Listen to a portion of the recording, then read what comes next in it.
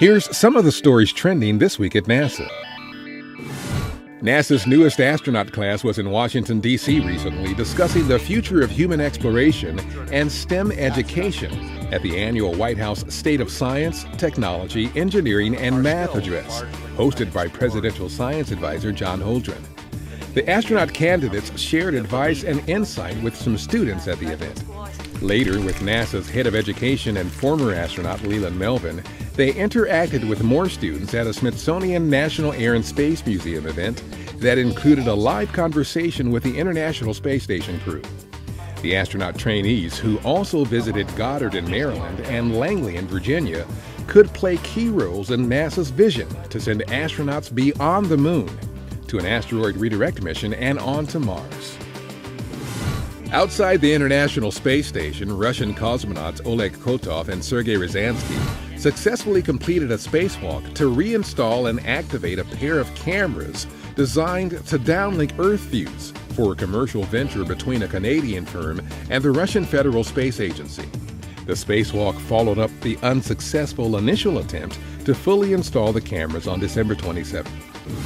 The first round of tests are underway at Marshall Space Flight Center on a scale model of the Space Launch System to study how low and high-frequency sound waves affect the rocket while it's on the launch pad. Sound from rocket engines and boosters can impact a rocket and its crew, especially at liftoff. The testing will help verify the rocket's design and be used to develop an effective system to suppress the sound.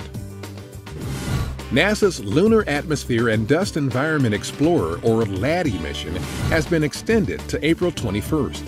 The extension gives the satellite, which has been orbiting the moon since October 6th, time to gather additional low-altitude data on the chemical composition of the moon's atmosphere to help researchers better understand other planetary bodies in the solar system. Officials and researchers previewed the upcoming Global Precipitation Measurement Core Observatory mission and its science during briefings at Goddard Space Flight Center. A joint effort between NASA and the Japan Aerospace Exploration Agency, GPM is scheduled to launch from Japan February 27th. The mission's next-generation measurements of rain and snowfall from space will usher in a new era of global weather observing and climate science.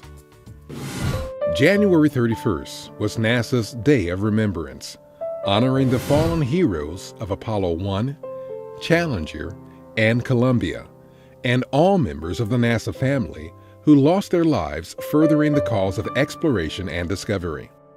Administrator Charlie Bolden took part in a wreath-laying at Arlington National Cemetery, joining others at NASA's centers around the country in commemorating the annual observance. And that's what's up this week at NASA. For more on these and other stories, follow us on social media and visit www.nasa.gov/twan.